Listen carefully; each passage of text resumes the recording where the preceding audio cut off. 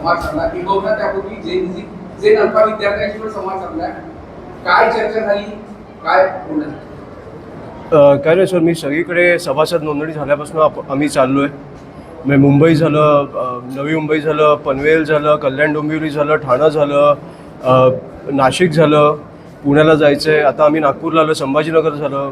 So मी सगळीकडे जाऊन लोकांचे प्रश्न जाणून घेतो आहे. कॉलेज लेवलला काय प्रश्न आहेत, काय अडचणी आहेत. कारण मी कॉलेजला असताना अशी कुठची संघटना नव्हती की जी आम्हाला येऊन विचारेल, का आम्हाला आमच्या शिक्षकांकडे प्राध्यापकांकडे जायला लागायचं आणि ते ऐकायचे नाही. हे मी खूप अनुभवलं आहे. कारण आमच्या वॉशरूमची परिस्थिती हॉरिबल होती, कॅन्टीनची परिस्थिती हॉरिबल होती. पण आता जे एक संघटना तुमच्या पाठीशी अशी उभी आहे की तुम्हाला कुठचाही विषय लागला तर आम्ही आहोत सोडवायला. आणि हे 31 तारखेपर्यंत आपली सभासद नोंदणी संपते, पण आमचा संपर्क काही संपणार नाही आहे. आम्ही तुमच्या संपर्कात असणार आहोत. कधीही काय लागलं तरी आम्ही आहोत. सभासद झाला जरी किंवा नाही झाला तरी. तुमच्या हातावर तुमच्या पत्नीचं नाव तुम्ही नोंदणी घेतलं, कशी भावना वाटते? कारण त्या मुलीची आता आम्ही बोलतो त्या का रोमांचित दिसतात, तुम्हाला ही भावना कशी वाटते आणि ही कसं सुचलं तुम्हाला? माझ्या डोक्यात फक्त बायकोच असते. सो मी कधी बाहेर आल्यावर असं कधीतरी असं वाटतं, होमसिक होतो मी, की मुलगा बायकोची आठवण येते. सो मला वाटलं की करून घेऊ. बऱ्याच विद्यार्थिनीशी आपण संवाद साधला, त्यांनी काही समस्या सांगितल्या, काय संवाद केला? अनफॉर्च्युनेटली इकडे अनफॉर्च्युनेटली मला माहीत नाही, पण कुठेही जातोय तिकडे म्हणजे सगळ्यांना फोटोज काढायचे आहे आणि त्यांचे विषय सांगण्यापेक्षा जास्त त्यांना सेल्फीजमध्ये इंटरेस्ट आहेत, जे मला खूप आवडतं आहे. ते प्रेम आहे, तो उत्स्फूर्त प्रतिसाद आहे, तो खूप आवडतो आहे. पण शेवटी मी गेल्यानंतर त्यांच्या अडचणी पण सुटल्या पाहिजेत. त्याच्यामुळे मला पहिल्या अडचणी जाणून घ्यायच्या आहेत. मी फोटो काढायला तुमच्यासाठी दिवसभर उभा आहे.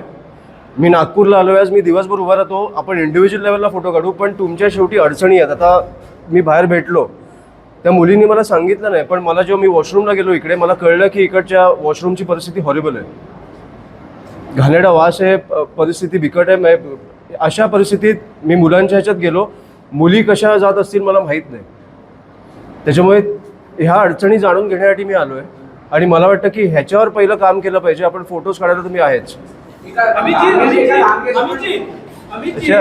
तुम्ही त्या छोट्या रुद्राला पाठीवर घेतलं, सर्वांसोबत सेल्फी काढली, मुस्लिम विद्यार्थिनींच्या हाताने मेहंदी काढून घेतली, मेहंदी एकदा दाखवा महाराष्ट्राला, काय अनुभव होते हे सगळे? नाही, मला असं भेटायला खूप आवडतं. म्हणून मी तुम्हाला सांगतो की ज्या लेवलला मी निघालो, मी महाराष्ट्रभर निघतोय, ज्या लेवलला प्रतिसाद आहे, असं प्रेम बघायला मी खरंच भारावून जातो कधी कधी, की अशी मुलं माझ्या पाठीवर बसत आहेत. मग तो रुद्र असेल किंवा कोणी असेल, मला हे खूप आवडतं. मुलींना भेटायला आवडतं, मुलांना भेटायला आवडतं. अडचणी जाणून घेतल्यानंतर त्यांच्याबद्दल चर्चा करायला आवडते. त्याच्यामुळे मी आय थिंक हा खूप उत्तम दौरा चालू आहे आणि हे काय 31 तारखेनंतर थांबणार नाही. मी फिरतच राहणार आहे. जिकडे जिकडे विषय सोडवू शकतो तिकडे सोडवणार आणि जिकडे लोकांना भेटायचं तिकडे भेटणार. सो हे काय थांबणार नाही आहे. हे सगळं झेन झीच्या हृदयात जाण्याचे मार्ग आहेत. म्हणजे करत आले सेल्फी काढणे, मेहंदी काढून घेणे, थेट झेन झीशी कनेक्ट होणारे ऍक्ट आहेत. आणि कुठेतरी राजसाहेबांची आठवण ताजी करून देणारी सुमारे 20 वर्षापूर्वी राजसाहेबांना आम्ही बघितलेले. काय सांगा? काय नाही, मला वाटतं ते माझ्या वडिलांकडनं झालं आहे की कुठेतरी ह्या लोकांसाठी मनापासून उभं राहिलं पाहिजे. जे आंदोलन झालं तिथपासून मी तुम्हाला सांगेन तर खूप ऑर्गॅनिक लेवलला झालं ते आंदोलन आणि तेव्हापासून आम्ही मनापासून त्यांच्या पाठीशी उभे राहिलो आहे.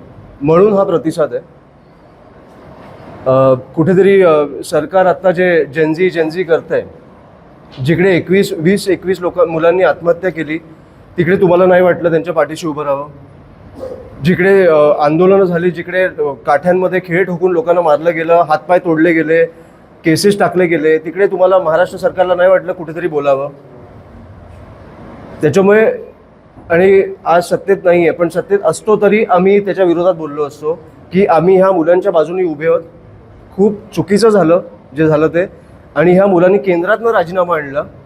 त्याच्यामुळे त्या मुलांनी आम्हाला लढायला शिकवलं आज. अमित शाह सगळ्यात महत्त्वाचं, म्हणजे आजचं जे विद्यार्थी दिसत होते एकच मिनिट, हे कालपासून अमित साटमचा विषय बोलतायत, मला ऐकायचं तो प्रश्न काय ऐकायचा आहे? दोन गोष्टी काल घडल्या. हा. साठवणे ऑटो रिक्षा चालकांना, हिंदी भाषिक ऑटो रिक्षा चालक ज्यांनी मराठी भाषा शिकली आहे त्यांना प्रमाणपत्र देताना त्यांनी हिंदीत भाषण केलं. एक, आणि त्यावेळेस एका याच्यामध्ये बोलताना त्यांनी राजसाहेबांवरती एक असं म्हटलं की त्यांनी आपल्या नातवाला बालमोहन मराठी शाळेमध्ये शिकवून दाखवावं आधी.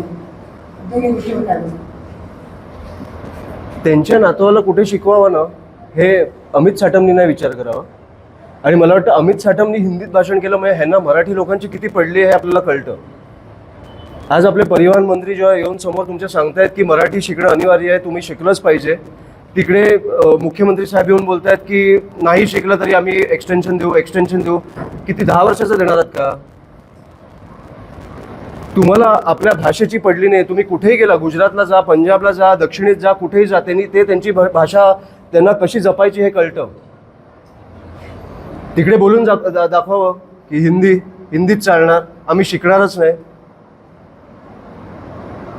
आम्ही काय, आता काल मी त्या आपल्या आकांक्षाच्या घरी गेलो, ते हिंदी भाषिक होते, पण ते आपल्या मराठीवर काय तुम्ही त्यांना मराठी आवडत नाही असं नव्हतं, पण तिकडे ती परिस्थिती होती की मला हिंदीत बोलावं लागलं त्यांच्याशी.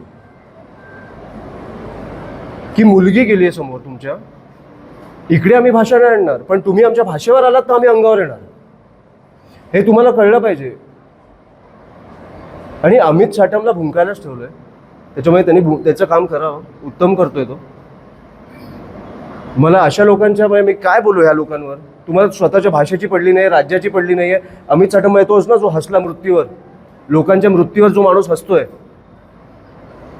तो माझा मुलगा कुठच्या शाळेत जाणार हे ठरवणार. लोकांवर झाड पडून पॉटहोलमध्ये जाऊन जो माणूस हसतोय तो ठरवणार माझा मुलगा कुठच्या शाळेत जायला पाहिजे. लोकांची कामं करा, नेता 29ला अवघड दिसतंय. अमितजी, आमदार सुर्वे यांनी कार्यक्रम आयोजित केला होता, भोजपुरी गाणं लावलं, अश्लील डान्स त्या कार्यक्रमात झाला, मुंबईचा प्रकार. नाही, तुम्हाला मी सांगतो ना, ह्या सरकारला पडली नाही आहे. हे गाणी बिणी हे खूप सेकंडरी झालं आहे आपल्यासाठी.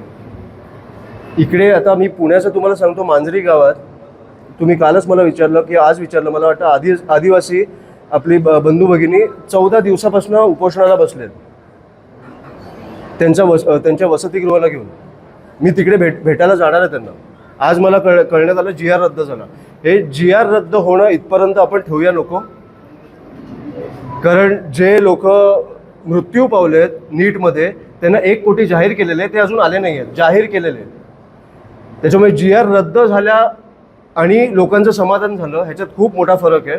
ते समाधान होईपर्यंत आम्ही काम करतो, हे GR रद्द होईपर्यंत काम करतो. शिवाजी पार्क मैदान जे आहे ते MCA कडे देण्याबाबत उद्धव ठाकरे, मला वाटतं हे साहेबांकडे विषय आहे, ते बोलतील त्याच्यावर.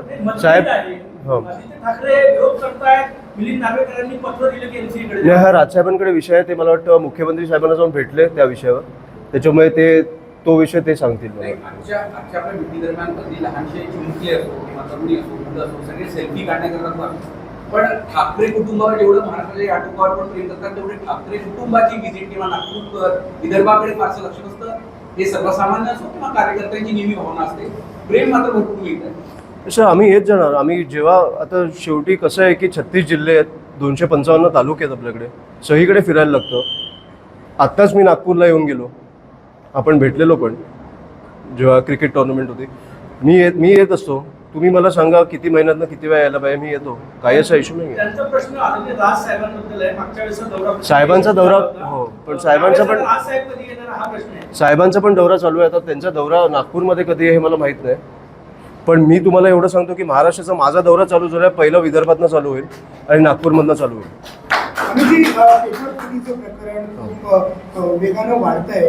NDTV मराठीनं जे प्रकरण तसाच लावलं होतं पेपर फुटीचं, त्यामध्ये ऋतुजा पाटील आणि मयूर ठाकरे अजूनही फरार आहे आणि त्याची व्याप्ती वाढण्याची आहे. मुख्यमंत्री MPSCने आधी असं म्हटलं होतं की असं काही घडलंच नाही, पण आता ते मान्य केलेलं आहे. MPSCची जी काही भूमिका आहे कसं वाटतं? नाही, मला वाटतं पेपर फुटी नाही होणार ह्याच्यावर आपण कधी काम करणार आहोत. पेपर फुटी झाल्यानंतर काय होणार ह्याच्यावर आपण किती तुम्ही कडक शिक्षा द्या. पेपर फुटी नाही होणार ह्याच्यावर कधी काम करणार? पेपर फुटी झाल्यानंतरच 21 लोकांनी आत्महत्या केली आहे ना. किती अंत बघणार आहात तुम्ही लोकांचा? कधी काम करायला चालू करणार आहात? म्हणजे जेनझी तुम्ही गृहीत नका धरू, मी तुम्हाला खरंच सांगतोय. हे लोक खूप शार्प आहेत. ह्या लोकांना कळतं ह्यांच्या पाठीशी कोण उभं राहतं. म्हणून मी बोलतो हे आता जे चालू झालंय ह्या लोकांचं, की हे सभा घेत आहेत आणि जेनझीच्या प्रश्नांची उत्तरं देत आहेत. जेनझी प्रश्नच विचारत नाही आहेत. त्यांना प्रश्न विचारायला द्या. तुम्हाला बाहेरचा दरवाजा दाखवतील ते. त्यांच्याकडनं प्रश्न येऊ द्या. हे प्लॅन प्रश्न कधी करू नका त्यांच्याबरोबर. त्याच्यामुळे मला वाटतं की हे लोकच ह्या लोकांच्या समोर गेले पाहिजे जे तुम्हाला प्रश्न विचारतायत आणि त्यांची उत्तरं दिली पाहिजेत. हे सरकार अकाउंटेबल नाही आहे, आन्सरेबल नाही आहे. जसं मी तुम्हाला काल बोललो, ती बिचारी आपली आकांक्षा तिने आत्महत्या केली आहे. कोणीही सरकारमधनं भेटायला आलं नाही आहे आजपर्यंत. आणि जेनझीची मतं आपल्याकडे कशी येतील हे बघतायत. त्या मुलीच्या वडिलांनी स्वतःची शेती विकली आहे. घरी कमवायला कोण नाही आहे. मुलगा 9वीत आहे. ह्या गोष्टीकडे आपण बघणार नाही आहोत का? का? कारण केंद्रातनं राजीनामा आला म्हणून आपल्या महाराष्ट्रामध्ये ज्यांनी आत्महत्या केलं त्यांना विसरायचं. सो हे विकृत परिस्थिती आणून ठेवली सरकारने. आणि मला आज बरं वाटतं की तुम्ही सरकारला पण प्रश्न विचारताय. हे विरोधी पक्ष आणि पत्रकार मिळून आपण त्या सरकारला प्रश्न विचारले पाहिजे. चंद्रपूरचा एक मोठा रॅकेट उघडकीस आला, ज्यांनी बोगस डिग्र्या विद्यापीठाच्या वेगवेगळ्या डिग्र्या सापडलेल्या आणि मार्कशीट सुद्धा सापडलेली. हे प्रकरण असताना हे डिग्र्या सुद्धा एक मोठा रॅकेट सापडलाय.